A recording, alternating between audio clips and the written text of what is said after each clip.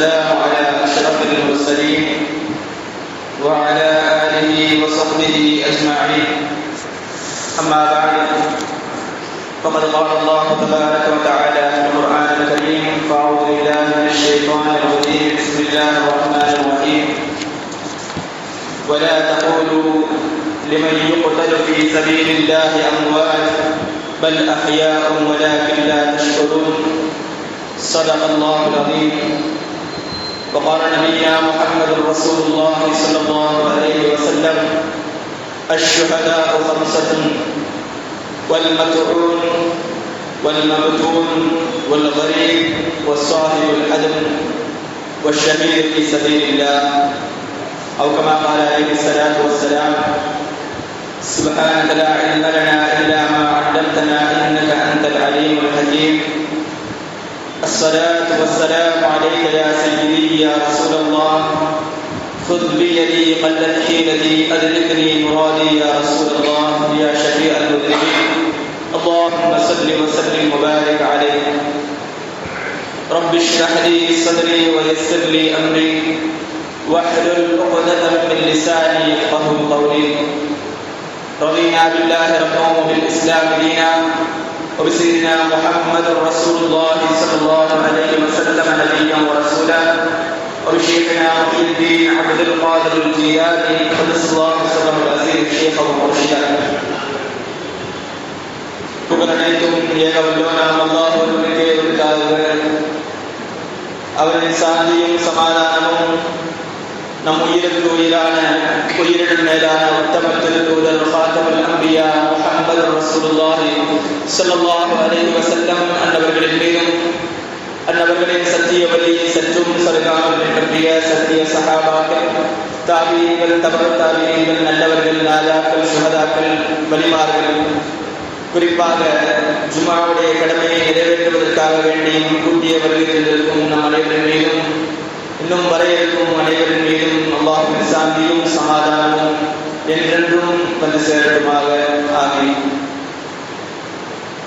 சங்கைக்கும் இருந்த நிறைவேற்கும் முடிய அல்லாஹ் தஆலாவுடைய மேலான நல்லடியார்களே, புனிதமிகு முஹர்ரம் மாதத்துடைய கடைசி ஜும்ஆவிலே, 4வது ஜும்ஆவிலே நாம் இருக்கிறோம்.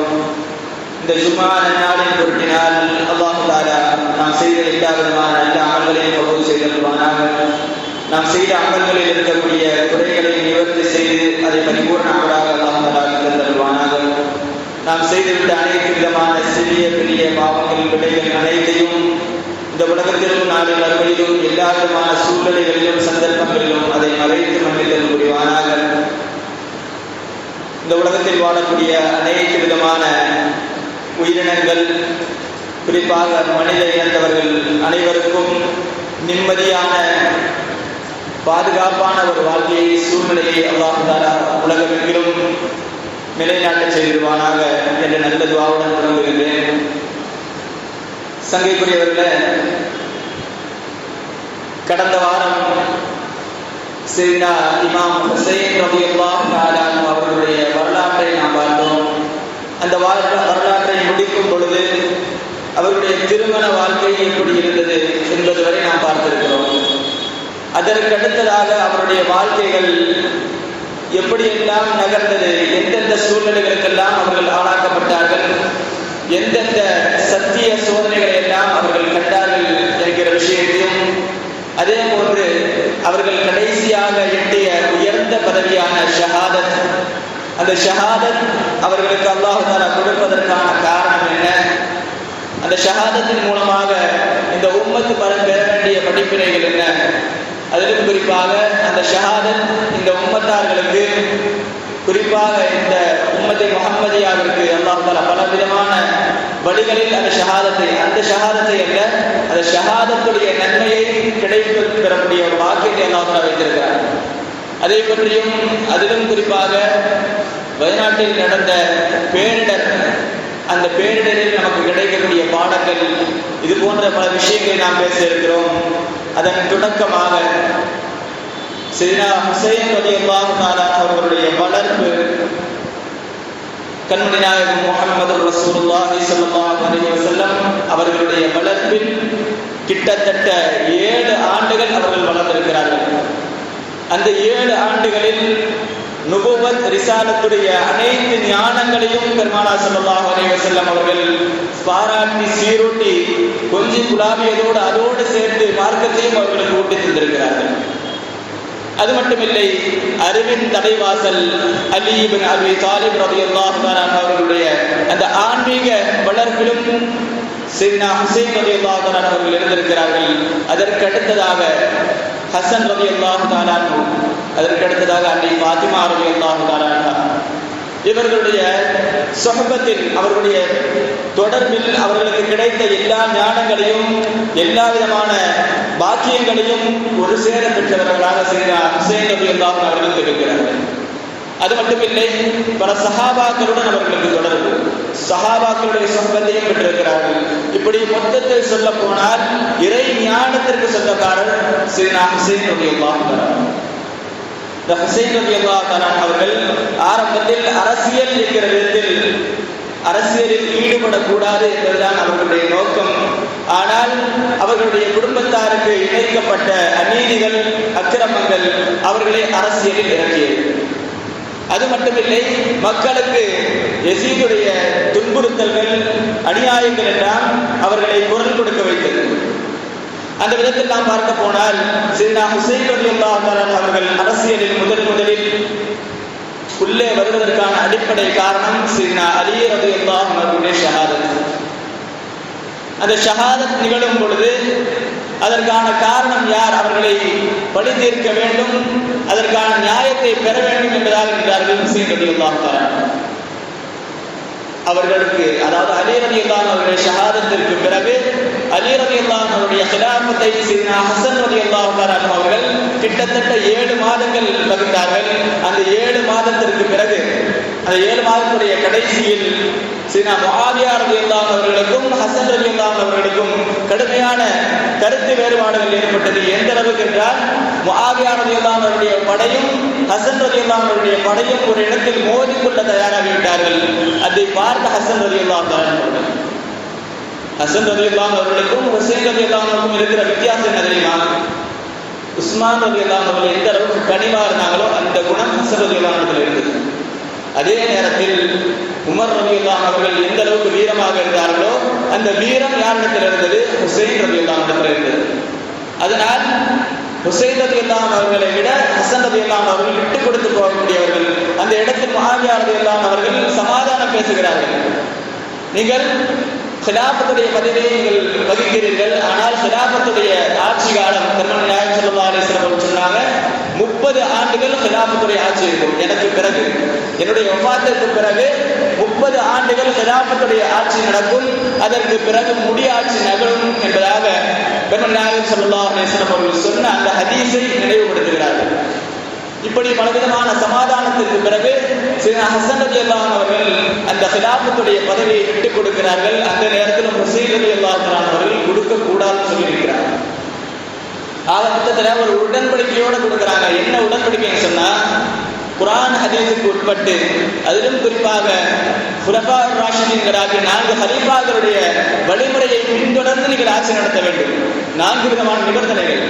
அதுல ஒன்று இது. இரண்டாவது, நீங்கள் உங்களுக்கு பிறகு யார் ஆட்சியாளர் என்பதை நீங்கள் தேர்ந்தெடுக்க கூடாது. மூன்றாவது விஷயம், உங்களுக்கு பின்னால் யாருக்கு ஆட்சிக்கு வர வேண்டும் என்பதை மக்கள் தீர்மானிக்கட்டும். மக்கள் யாரை தேர்ந்தெடுக்கிறார்களோ அந்த முறையில் ஜனநாயக ஆட்சி நடக்க வேண்டும் என்பதாக ஒப்பந்தம் போடுகிறார்கள். கடைசியாக 4வதாக ஒரு ஒப்பந்தம், அஹ்லு பைத்துகளுக்கு, அவர்களுடைய பொருட்களுக்கும் அவர்களுடைய மனைவி மக்களுக்கும் பாதுகாப்பாக யார் இருப்பார்கள் என்று நினைக்கிறார்களோ அஹ்லு பைத்துகள், அவர்களை அஹ்லு பைத்துகளே தேர்ந்தெடுத்து ஆட்சியில் வைக்கலாம். இது 4 விதமான நிபந்தனைகளோடு খিলাফத்துடைய பதவியை கொடுக்கிறார். அதன் அடிப்படையில் கிட்டத்தட்ட ஹிஜ்ரி 49 வரை, ஹிஜ்ரி 49இல் ஹசன் ரலியல்லாஹு அன்ஹு அவர்கள் ஷஹீதாக்கப்படுகிறார்கள். அதற்கு பிறகு ஹுசைன் ரலியல்லாஹு அன்ஹு அவர்களை, அதாவது முஆவியா ரலியல்லாஹு அன்ஹு அவர்களை குறை சொல்லணும் அப்படிங்கிற நோக்கமும் கிடையாது, அவர்களை குறை சொல்ல தேவையும் கிடையாது. சில விஷயங்கள் மூடலாம் போகிறது நமக்கு நல்லது. அதனால முஆவியா ரலியல்லாஹு அன்ஹு செய்த செயல்கள் நல்ல செயல்கள் நம்ம எடுத்து சொல்லலாம். அவர்கள் செய்த செயல், ஹசன் ஹசன் ரலியல்லாஹு ஷஹாதத்திற்கு பிறகு கவர்னர்களுடைய பதவி, அதாவது ஆலோசகர்கள் இருக்கிறாங்க இல்லையா, அரசு ஆலோசகருடைய பதவி ஹுசைன் ரலியல்லாஹு அவர்களுக்கு கொடுத்தாங்க. அதற்கடுத்ததாக இவருடைய கடைசி காலத்தில் தன்னுடைய மகன் யஸீதை கூப்பிட்டு உபதேசம் செய்கிறார்கள். என்ன உபதேசம் செய்கிறார்கள் என்றால், இந்த ஹிலாஃபத்துடைய ஆட்சி, இந்த ஆட்சி என்பது நமக்கான பாத்தியம் இல்லை, அலி ரலியல்லாஹு அன்ஹுடைய வராசத்து.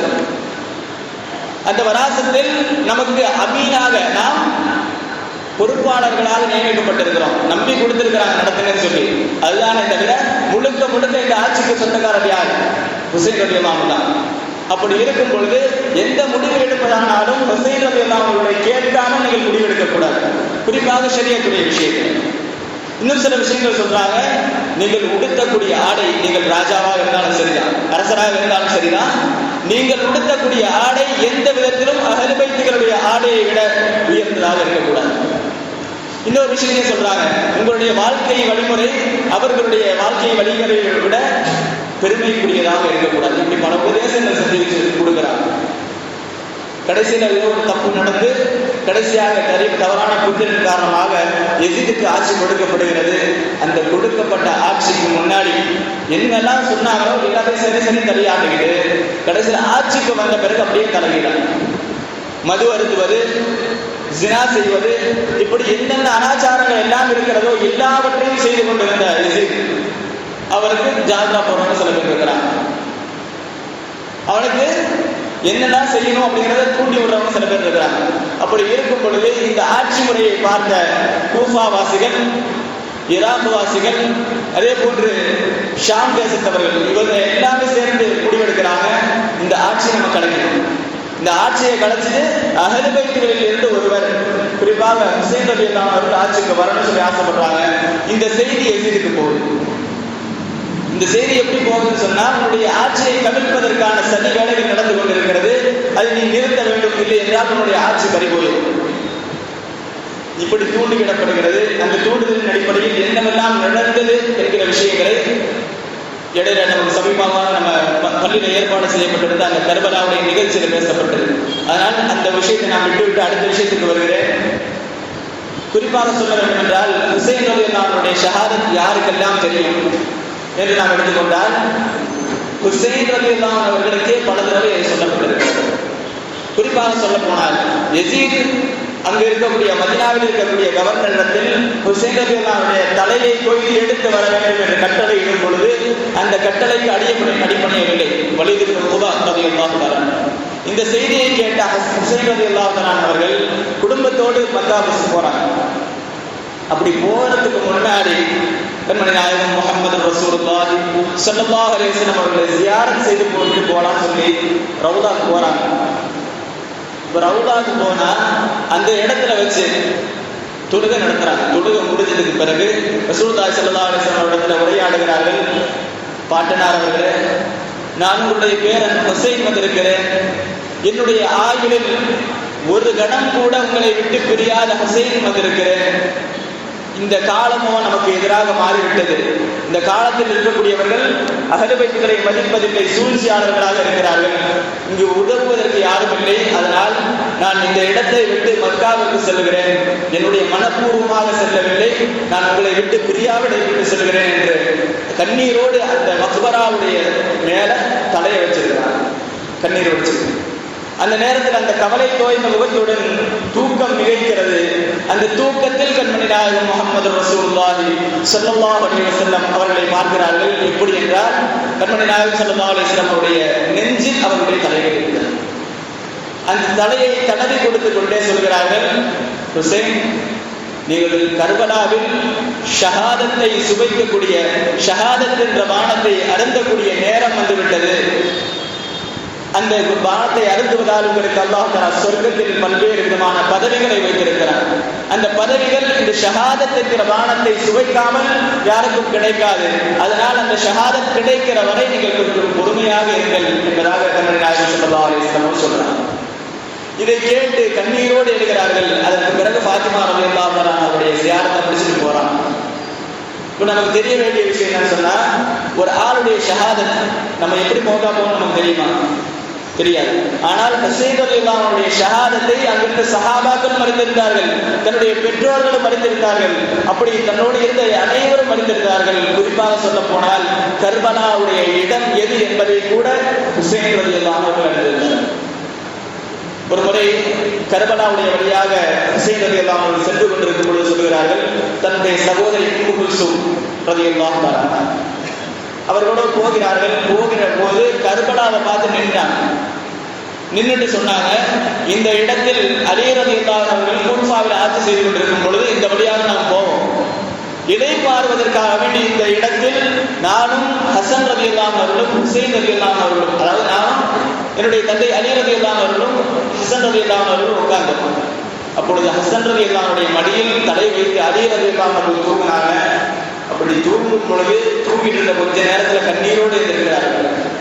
அப்படி எந்திருக்கும் பொழுது சொன்னாங்க, இந்த இடத்தில் உன்னுடைய சகோதரர் ஹசன் ரலியல்லாஹு அன்ஹு பார்த்து சொன்னாங்க, உன்னுடைய சகோதரர் ஹுசைன் தலையில் வெட்டப்பட்டு கைகால் அடித்தவராக இரத்த வெள்ளத்தில் கிடப்பார், அவருக்கு உதவுவர்கள் யாரும் இருக்க மாட்டார்கள், பார்த்து கொண்டுதான் இருப்பார்கள் என்பதாக செய்தியை சொல்லும் பொழுது அந்த நேரத்தில் சொன்னாங்க, ஹுசைன் ரலியல்லாஹு அன்ஹு இந்த செய்தியை சொல்றாங்க. இதை சொல்லிட்டு என்ன பார்த்து சொன்னாங்க அலி ரலியல்லாஹு அன்ஹு, ஹுசைன் இந்த நிலைமை வந்தா நீங்க என்ன பண்றீங்கன்னு கேட்கிறாங்க. இந்த நிலைமை வந்தா நீங்க எப்படி நடந்துக்குவீங்கன்னு சொல்லி கேட்கும் பொழுது அந்த நேரத்தில் நான் சொன்னேன், தந்தையே இதுதான் அல்லாஹ்வுடைய கதிர், கதா கதிர் என்றிருந்தால் அதை மாற்றுவதற்கு யாரால் சக்தி பெற்றிருக்கிறார், அதனால் அல்லாஹ் நாடியதை அல்லாஹ்வுடைய விருப்பத்தை நான் கொடுத்துக் கொள்கிறேன் என்பதாக ஹுசைன் ரலியல்லாஹு அன்ஹு சொன்னார்கள் என்பதாக வரலாறுகளை நாம் பார்க்க முடிகிறது. அதற்கடுத்தபடியாக நான் சொல்ல போனால் இந்த ஷஹாதத் என்பது ஹுசைன் ரலியல்லாஹு அன்ஹு அவர்களுக்கு ஏன் அல்லாஹ் கொடுக்கணும்? காரணம் என்னவென்று சொன்னால், உலகத்தில் இருக்கக்கூடிய அனைத்து விதமான நட்பாக்கியங்கள் அனைத்தும் பெருமானார் ஸல்லல்லாஹு அலைஹி வஸல்லம் அவர்களுக்கு எந்த அளவுக்கு என்று சொன்னால், இன்னமா புகிஸ்து லியுத்தம்மிம மகாரிமல் அஹ்லாக். பெருமானார் ஸல்லல்லாஹு அலைஹி வஸல்லம் சொல்வாங்க, உலகத்தில் எந்தெந்த நற்காரியங்கள் நற்குணங்கள் எல்லாம் இருக்கிறதோ அவைகள் அனைத்தையும் பரிபூர்ணப்படுத்துவதற்காக வேண்டியே நான் அனுப்பப்பட்டிருக்கிறேன் என்று சொல்வாங்க. அது எந்த அளவுக்கு உண்மை என்று சொன்னால், இதற்கு முன்னால் எந்தெந்த நபிமார்கள் எந்தெந்த சிறப்புகளை கொடுக்கப்பட்டிருந்தார்களோ அந்த எல்லா சிறப்புகளை விடவும் மேலான சிறப்புகள் தான் பெருமானார் ஸல்லல்லாஹு அலைஹி வஸல்லம் அவர்கள். குறிப்பாக சொல்ல வேண்டும் என்றால் ஆதம் அலைஹிஸ்ஸலாமுடைய খিলাফத் பதவி, அல்லாஹ் தஆலா ஆதம் அலைஹிஸ்ஸலாமை படைக்கும் பொழுது நான் இந்த உலகத்தில் ஒரு கலீஃபாவை படைக்க போகிறேன் என்பதாக சொல்வாங்க. அந்த கலீஃபாவுடைய பதவி பெருமானார் ஸல்லல்லாஹு அலைஹி வஸல்லம் கிடைச்சது. அதற்கு அடுத்ததாக சொல்ல போனால் சையதுனா சுலைமான் அலைஹிஸ்ஸலாத்து வஸ்ஸலாம் அவர்களுக்கு உலகத்துடைய ஆட்சியை கொடுத்தான். அந்த உலக ஆட்சி கண்மணி நாயகம் ஸல்லல்லாஹு அலைஹி வஸல்லம் அவர்களுக்கு இந்த உடல் முடியும் வரை கையில் இருக்கும். அதற்கடுத்ததாக மூசா அலைஹிஸ்ஸலாம் அவர்களோடு அல்லாஹ் தஆலா பேசினான். அது எல்லாத்தையும் விட மேலாக அல்லாஹ் தஆலா திரு தரிசனத்தை திரு காட்சியை அல்லாஹ் தஆலா ரசூலுல்லாஹி ஸல்லல்லாஹு அலைஹி வஸல்லம் அவர்களுக்கு மிஅராஜ் வைத்து நசீபாக்கினார். இப்படி எத்தனையோ சொல்லி கொண்டு போகலாம். அப்படி இருக்கும் பொழுது இந்த உலகத்தில் எது கிடைக்கும் கிடைக்காது என்பது நமக்கு உறுதி கிடையாது. சொத்து சுகமோ அல்லது நம்ம அனுபவிக்கக்கூடிய ஒவ்வொரு விஷயமும் நமக்கு எது கிடைக்கும் எது கிடைக்காது நமக்கு உறுதி கிடையாது. அப்படி இருக்கும் பொழுது உறுதியான ஒரு விஷயம் மரணம். அந்த மரணம் எந்த விதத்தில் அமைந்திருக்க வேண்டும் என்று சொன்னால், நபிமார்கள் நாளை வறுமையில் உயர்ந்த அந்தஸ்தில் இருப்பாங்க. அந்த அந்தஸ்துக்கு பிறகு நபிமார்களுடைய அந்தஸ்துக்கு பிறகு சாதாரண மனிதர்களுடைய அந்தஸ்தில் முதல் தரம் என்னவென்று சொன்னால் ஷஹாதத், ஷஹீதுமார்கள். உலகத்திலே சிறந்த மரணம் என்று சொன்னால் ஷஹாதத்துடைய மரணம் தான். அந்த ஷஹாதத்துடைய மரணம் தான் நம்முடைய நாயகம் ஸல்லல்லாஹு அலைஹி வஸல்லம் அவர்களுக்கு கொடுப்பதற்கு ஏற்றமானது. ஆனாலும் கூட ஒரு காஃபிருடைய கையால் பெருமானார் ஸல்லல்லாஹு அலைஹி வஸல்லம் அவர்கள் வெட்டப்பட்டால் அதை மோசமாக பேசக்கூடியவர்கள் கலந்துருவாங்க. ஒரு காஃபிருடைய கையில ரசூலுல்லாஹ் வெட்டப்பட்டாங்க அப்படின்னு சொன்னா அவங்க ஹபீபுல்லா அப்படிங்கிற ஒரு அந்தஸ்தை ஒரு குறையா பார்க்க ஆரம்பிச்சிருவாங்க. அதனால் அல்லாஹ் தஆலா என்ன செய்யறான்னு சொன்னால், உலகத்தில் இருக்கக்கூடிய அனைத்து விதமான நட்பாக்கியங்கள் அனைத்தையும் பெருமானார் ஸல்லல்லாஹு அலைஹி வஸல்லம் அவருடைய குடும்பத்தாருக்கு எல்லாத்தையும் கொடுத்தாங்க. அந்த விதத்தில் தான் சையதுனா ஹுசைன் ரலியல்லாஹு அன்ஹு அவர்களுக்கு அந்த வாக்கியத்தை, அந்த ஷஹாதத்துடைய வாக்கியத்தை கொடுக்கிறார். அந்த ஷஹாதத்துடைய வாக்கியம் பெருமானார் ஸல்லல்லாஹு அலைஹி வஸல்லம் அவர்களுக்கு பகரமாக ஹுசைன் ரலியல்லாஹு அன்ஹு அவர்களுக்கு கொடுக்கப்பட்டது. அந்த வாக்கியம் கொடுக்கப்பட்டதனால்தான் இன்று வரையிலும் ஒவ்வொரு முஹர்ரம் தொடங்கினாலும் சரி அஹ்லு பைத்துகளை நினைவு கூறப்படுகிறது. உலகம் முழுவதும் நினைவு கூறப்படுகிறது. அது என்னென்ன அடிப்படையில் என்று சொன்னால் அந்த ஷஹாதத்துடைய அடிப்படையாக உள்ளது. ஒருவேளை அந்த ஷஹாதத் நிகழவில்லை என்று சொன்னார், உதாரணமாக ஹசன் ரலியல்லாஹு அன்ஹு ஷஹீதுதான், மறைமுகமான விதத்துல. அவங்கள பத்தி யாரும் பேசுறது கிடையாது, எப்படி ஷஹீதாக்கப்பட்டாங்க அப்படிங்கிறது யாரும் பேசுறது கிடையாது. ஆனால் ஹுசைன் ரலியல்லாஹு அவருடைய ஷஹாதத்தை பேசுகிறோம். அது மட்டும் இல்லாமல் கியாமத் நாள் வரை பேச இருக்கிறோம். அதிலும் குறிப்பாக அதை சொல்வதன் மூலமாக அஹ்லுல் பைத்துகளுடைய சிறப்புகளை நாம் எடுத்து சொல்லியிருக்கிறோம். ஆக அஹ்லுல் பைத்துகளுடைய பெருமையை பேசுவதற்காக வேண்டி அல்லாஹ் தஆலா இந்த ஒரு நிகழ்வை ஏற்படுத்தியிருக்கிறான் என்பதை நாம் விளங்கிக் கொள்ள முடிகிறது. இந்த ஷஹாதத் என்கிற விஷயத்தை பொறுத்தவரையில் இந்த ஷஹாதத்துங்கிறது 2 வகையா இருக்கு. ஒன்று ஷஹாதத்து சிர்ரி, ஷஹாதத்து ஜஹரி. ஜஹரின்னு சொன்னா பகிரங்கமான முறையில் வெட்டுப்பட்டு, இன்னும் குறிப்பாக சொல்ல போனால் அந்த உடலை எடுப்பதற்கு கூட ஆள் இருக்காது. ஆளா இருப்பாங்க, சொந்தக்காரங்களா இருப்பாங்க. ஆனா எடுக்கிறதுக்கோ அதை பராமரிப்பதற்கோ அதை தஃபன் செய்வதற்கோ முடியாத நிலையில் ஒரு மனிதன் விடப்பட்டு செல்கிறான் இல்லையா, அந்த ஷஹாதத்துக்கு பேர் தான் ஷஹாதத்து ஜஹரின்னு சொல்லுவாங்க. அந்த ஒரு ஜஹரியான ஷஹாதத்தை ஹுசைன் ரலியல்லாஹு அன்ஹு பெற்றிருக்கிறார்கள். அது மட்டும் இல்லாமல் சில ஷஹாதத்துகள் இருக்கிறது. இந்த ஷஹாதத்துக்கெல்லாம் யாருக்கு கொடுக்கப்பட்டது சொன்னா முன் சென்ற உம்மத்துமார்களுக்கு கொடுக்கப்படவில்லை. குறிப்பாக கண்மணி நாயகம் ஸல்லல்லாஹு அலைஹி வஸல்லம் அவர்களுடைய உம்மத்தாகிய நமக்கு கொடுக்கப்பட்டிருக்கிறது. இன்னும் சொல்ல போனால் அந்த உம்மத் என்ற ஒரே காரணத்தில் தான் அந்த ஷஹாதத்துடைய வாக்கியங்கள் நமக்கு கிடைக்கிறது. கண்மணி நாயகம் ஸல்லல்லாஹு அலைஹி வஸல்லம் அவர்கள் சொன்னார்கள், அஷ்ஷுஹதாஉ ஹம்ஸத்துன், ஷஹீதுகள் 5 வகையாக இருக்கிறார்கள். அதில் முதல் நபரை பற்றி சொல்றாங்க, ஒண்ணு வெளிப்படையா ஃபீ சபீலில்லாஹ் அல்லாஹ்வுடைய பாதையில போர் செஞ்சு வெட்டுப்படுறது. இதற்கு அடுத்தபடியாக நாம் சொன்னால் பல் மத்ஹூன் சொன்னா நோய்வாய்ப்பட்டது, காலரா நோய் இல்லையா, உயிரை கொள்ளக்கூடிய நோய். அந்த நோய்வாய்ப்பட்டு அந்த நோயில் வஃபாத் ஆகிற மௌத்துக்கு ஷஹாதத்துடைய அந்தஸ்தை அல்லாஹ் தஆலா கொடுக்கிறான் என்பதாக நாயகம் ஸல்லல்லாஹு அலைஹி வஸல்லம் சொல்கிறார்கள். அதுக்கு அடுத்ததாக சொல்கிறார்கள் மகுத்தூன் சொன்னா வயிறு வலி இருக்கு இல்லையா, வயிறோ அல்லது வயிறு சம்பந்தப்பட்ட விஷயங்கள். உதாரணத்துக்கு ஒரு ஆள் தண்ணியில மூழ்கி இருக்கிறாங்க, மூழ்கி கொஞ்ச நாள் கழிச்சு வயிறு வெடிச்சு, அதாவது வயிறுடைய பாதிப்பு ஏற்பட்டு மௌத்தா ஏற்பட்டா அந்த மௌத்துக்கு ஷஹாதத்துடைய கிடைக்கும். அதற்கடுத்து சொல்கிறார்கள் அல் கரீக் சொன்னா தண்ணியில மூழ்கிறவங்க. அதற்கு அடுத்தது சாஹிபுல் ஹல், இடிபாடுகளில் இருந்து வஃபாத் ஆகிறார்கள். இந்த 2 விஷயம்தான் வயநாட்டில் நடந்திருக்கு. அதை பற்றி விரிவாக பார்ப்பதற்கு முன்னால் இந்த ஷஹாதத்துடைய அந்தஸ்து எதனால் கொடுக்கப்படுகிறது என்ற சில விஷயங்களை நாம் பார்க்க இருக்கிறோம். இப்படி இன்னும் சில ஹதீஸ்களில் சொல்லப்படுகிற விஷயம் என்னன்னு சொன்னா அஷ்ஷுஹதாஉ சபஅத்துன், ஷுஹதாக்கள் 7 வகையாக இருக்கிறார்கள். இப்படி பல ஹதீஸ்கள் இருக்குது. அந்த விதத்தில் சொல்ல போனால் சில மரணங்கள், விபத்தில் ஏற்படக்கூடிய மரணங்களுக்கு அல்லாஹ் தஆலா ஷஹாதத்துடைய அந்தஸ்தை கொடுக்கிறார். அதே போன்று ஒரு தாய் கர்ப்பமாக இருக்கும் பொழுது கர்ப்பஸ்திரி மௌத்தானால் அந்த தாய்க்கு ஷஹாதத்துடைய அந்தஸ்து கொடுக்கப்படுகிறது. இப்படி பலவிதமான ஷஹீதுடைய அந்தஸ்துகள் இருக்கிறது. அதில் எதனால் இது கொடுக்கப்படுகிறது? ஷஹாதத் சொன்னா வெட்டுப்பட்டு காஃபிருடைய கையில வெட்டுப்பட்டு சாகுறதுதான் ஷஹாதத். எதுக்கு இதை கொடுக்கணும் அப்படின்னு சொன்னா, முன்னாலே இருந்த நபிமார்களுடைய உம்மத்துக்கு இதுதான் விதி. ஆனா நமக்கான ஒரு சலுகை என்ன சொன்னால், உம்மத்தே முஹம்மதியா என்ற காரணத்தினால் அவருடைய ரூஹ் பிரியக்கூடிய தருவாயில் ஏற்படக்கூடிய அந்த வேதனை கொஞ்சம் அதிகரித்தாலும் அதற்கு ஷஹாதத்துடைய கூடிய அல்லாஹ் கொடுக்கிறான். அதுக்கு காரணம் பெருமானார் ஸல்லல்லாஹு அலைஹி வஸல்லம் உம்மத்துக்கு தான் காரணம். சொல்ல போனா, அதாவது சாதாரணமா மௌத்தாக இருக்கிறது வேற, அதை விட அந்த மௌத்தை விட இன்னொரு வழி எக்ஸ்ட்ரா வருது நமக்கு. உதாரணத்துக்கு சொன்னோம்னா வயிற்று வழியில மௌத்தாகன்னு சொன்னோம். அதே போன்று மூழ்கடிக்கப்பட்டு மௌத்தாக இயற்கை.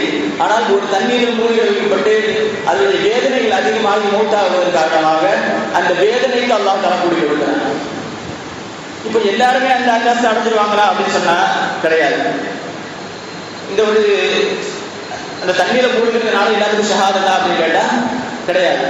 சில பேர் இருக்கிறாங்க, காஃபிர்கள் முஸ்லிம்கள் எந்த ஒரு கூலி கிடைப்பதாக இருந்தாலும் அதற்கு அடிப்படை ஈமான்.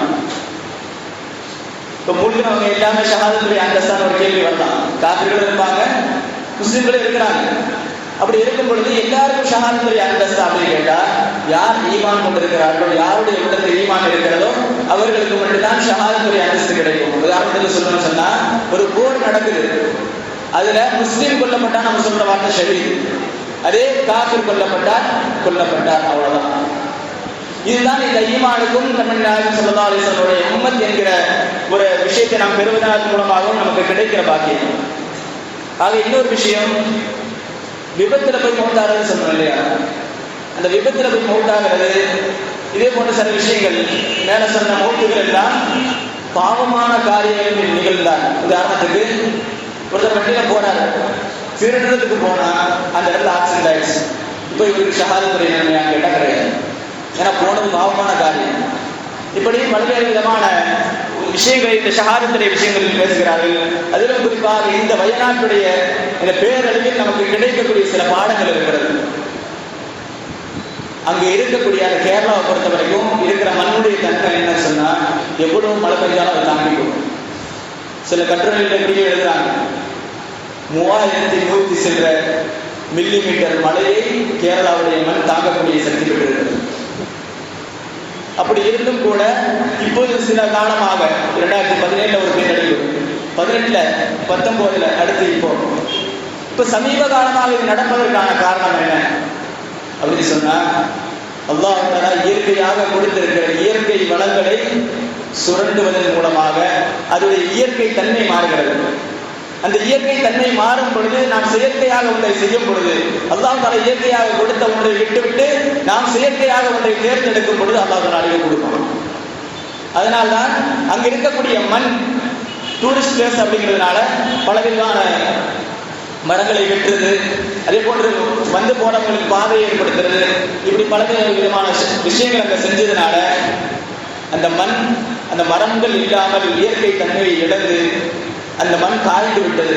அறிஞர்கள் சொல்கிறார்கள், அந்த காய்ந்த மண்ணுடைய தன்மை என்ன சொன்னா, அந்த மண்ணில் தண்ணி விழுந்தா அதோட சரிஞ்சிடும். காஞ்ச மண்ணில் ஈரமான மண்ணா இருக்கும் பொழுது அது உள்ள வாங்கிக்கும், மரங்கள் இருக்கும் பொழுது அது உள்ள வாங்கிக்கும். ஆனால் காஞ்சி போனதுக்கு பிறகு மழை விழுந்தால் அந்த இடத்துல சரிவு ஏற்படும். இதுதான் அறிவியல் சொல்லக்கூடிய விஷயம். அதற்கடுத்த விஷயம் சொல்றாங்க, இத மத்திய அமைச்சர் பேசுகிறார். முன்னாடி நம்ம அலர்ட் செஞ்சிருந்தோம், நீங்க கவனிக்கல, கேரளா கவர்மெண்ட் பார்த்து சொல்ற விஷயம். அவர் சொல்லுகிறார், நீங்கள் சொன்ன விஷயம் 113 மில்லிமீட்டர் மழை பெய்யும் என்று சொன்னீங்க. ஆனா இங்க பெய்திருக்கிற விஷயம் 573 மில்லிமீட்டர் பெய்திருக்குது. இது நீங்க சொல்லவே இல்லையா அப்படின்றாரு. இதிலிருந்து நமக்கு கிடைக்கக்கூடிய பாடம் என்ன சொன்னா, அறிவியல் என்கிற விதத்தில் நம்ம பல்வேறு விதமான யூகங்களை விவரிக்கலாம். அறிவியல் வளர்ந்துட்டோம் சொல்லி மனுஷன் எவ்வளவுதான் சொல்லிட்டு போனாலும் அல்லாஹ்வுடைய குதிரத்துல ஒரு சக்தி இருக்குது. அந்த குதிரத்தை வெளிப்படுத்துவதற்காக வேண்டி அல்லாஹ் தஆலா சொல்லுகிறான், உன்னுடைய அறிவை விட என்னுடைய குதிரத் பெருசு. நீ எவ்வளவுதான் அறிவை வச்சு சிந்திச்சாலும் நான் ஒரு விஷயத்தை நடத்தி காட்டணும்னு சொன்னா நடத்தி காட்டிடுவேன். இதுதான் இந்த நிகழ்விலிருந்து நமக்கு கிடைக்கக்கூடிய பாடம். அது மட்டும் இல்லாமல் அங்கு மூழ்கியவர்கள் ஷஹாதத்துடைய அந்தஸ்தை பெறுகிறார்கள். இன்னும் சொல்ல போனா, எதுக்கு இந்த ஷஹாதத்துடைய அந்தஸ்தை நம்ம சொல்றோம் அப்படின்னா, சமூக வலைதளங்கள்ல பரப்பப்பட்ட ஒரு விஷயம், ஒரு சின்ன ஒரு கமெண்ட் ஒன்று பார்த்து என்ன அப்படின்னா, கேரளாவில் குட்டி பாகிஸ்தானாக வளர்ந்து கொண்டிருந்த வயநாடு அழிந்தது, சந்தோஷமே மகிழ்ச்சியை போட்டிருக்கிறாங்க. ஒரு குட்டி பாகிஸ்தான் அப்படின்னு ஒரு இடத்தை சொல்றாங்க அப்படின்னு சொன்னா, அந்த இடத்துல எந்த அளவுக்கு முஸ்லிம்கள் இருந்திருப்பாங்க யோசிக்கணும். ஆக அந்த இடத்தில் முஸ்லிம்கள் அவர்கள் வஃபாத்தானது நமக்கு பெரிய ஒரு இழப்பு. அது மட்டும் இல்லாமல் அந்த முஸ்லிம்கள் வஃபாத்தானதன் காரணமாக அல்லாஹ் தஆலா அவர்களுக்கு ஷஹாதத்துடைய அந்தஸ்தை கொடுக்கிறார்.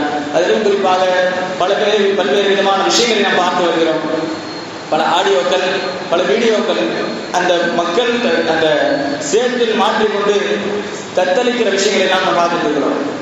இதையெல்லாம் பார்க்கிற நம்ம என்ன செய்யணும் அப்படின்னா, எதை பார்த்தாலும் பல பேருக்கு அதை பகிரணும். அது மட்டும் இல்லாமல் அதோட சேர்த்து நம்ம அவங்களுக்கு உதவியாகவும் இருக்கணும். இப்பொழுது கேரளா அரசாங்கம் சொல்ற விஷயம் என்னன்னு சொன்னா, யாரும் உதவிக்கு சொல்லி இங்க வராதிங்க. கேரளாவை பொறுத்த வரைக்கும் உதவிக்கு சொல்லி ஆட்கள் இங்க வராதிங்க. ஏன்னா இங்க இருக்கிறவங்களுக்கு நிக்க இடம் இல்லை. அதாவது நிக்கிற இடத்துக்கு கீழே பல வீடுகள் உள்ள இருக்குது. அதனால நீங்க யாரும் வராதிங்கன்னு சொல்றாங்க.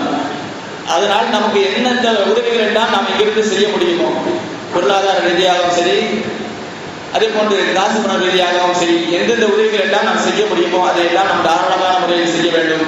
இதிலிருந்து நமக்கு கிடைக்கக்கூடிய படிப்பு என்னன்னு சொன்னா, அங்க மட்டும்தான் நடந்துருச்சு அப்படின்னு சொல்லி நம்ம இங்க அசால்ட்டா இருக்கக்கூடாது. காரணம் என்ன சொன்னா, அங்க நடந்ததற்கான காரணங்களை பற்றி சொல்லுகிறார்கள். இயற்கை, அதாவது சீசனுடைய கிளைமேட் சேஞ்ச் இருக்கு இல்லையா, அதுதான் எல்லாத்தையும் மாத்திருச்சு சொல்றாங்க. அங்க எப்பவுமே அவ்வளவு மழை பெய்யாது. என்ன சொல்ல போனா, அந்த இடத்துல நம்ம போன வருஷம் பெய்ஞ்ச மழையை விட எங்க வருஷம் பெய்ஞ்ச மழை கம்மி தான். ஆனா நடந்த மாற்றம் என்னன்னு சொன்னா அங்க ஒரு மாசத்துல பெய்த மரம் ஒரே நாள்ல பெய்து கொடுத்துருச்சு. அதான் விஷயம். ஆக அதே ஒரு நிலை இங்கும் வருவதற்கு, இங்கேயும் கொண்டு வருவதற்கு அல்லாஹ் தஆலா சாத்தியம். ஆக நாம் இங்கே வாழக்கூடிய காலத்தில் அவர்களுக்கு நடந்த ஒரு நிகழ்வை நம்முடைய வாழ்க்கை படிப்பினையாக பெற்று அல்லாஹ்வுக்கு பயந்தவர்களாக நாம் வாழ்வதற்கான தௌஃபீகை அல்லாஹ் தஆலா நம் அனைவருக்கும் தந்தருள்வானாக. அந்த அங்கே நடந்த நிகழ்வு இங்கே நடப்பதற்கு கொஞ்ச நேரம் போடும். அப்படி இருக்கையில் அல்லாஹ் தஆலா நம்மை பாதுகாத்து வைத்திருக்கிறான், நம்மை சுதந்திரமாக நடமாட வைத்திருக்கிறான். அந்த நடமாட வேண்டியதற்கும் நம்முடைய வாழ்க்கையை நல்ல முறையில் வைத்ததற்கும் நாம் சுக்ரோடு நடந்து கொள்ள வேண்டும். இந்த இரண்டு விஷயங்கள் தான் நமக்கு இந்த நிகழ்விலிருந்து பாடமாக கிடைக்கிறது. அந்த பாடங்களை எடுத்து நடப்பதற்கான தௌஃபீகை தருவானாக. குறிப்பாக அந்த மக்களுக்கு இயற்கை நிலை வாழ்வாதாரம் திரும்புவதற்கான என்னென்ன உதவிகள் எல்லாம் செய்ய முடியுமோ அதையெல்லாம் செய்வதற்கான ஒரு வாக்கியத்தை அல்லாஹ் நம் அனைவருக்கும் தருவானாக.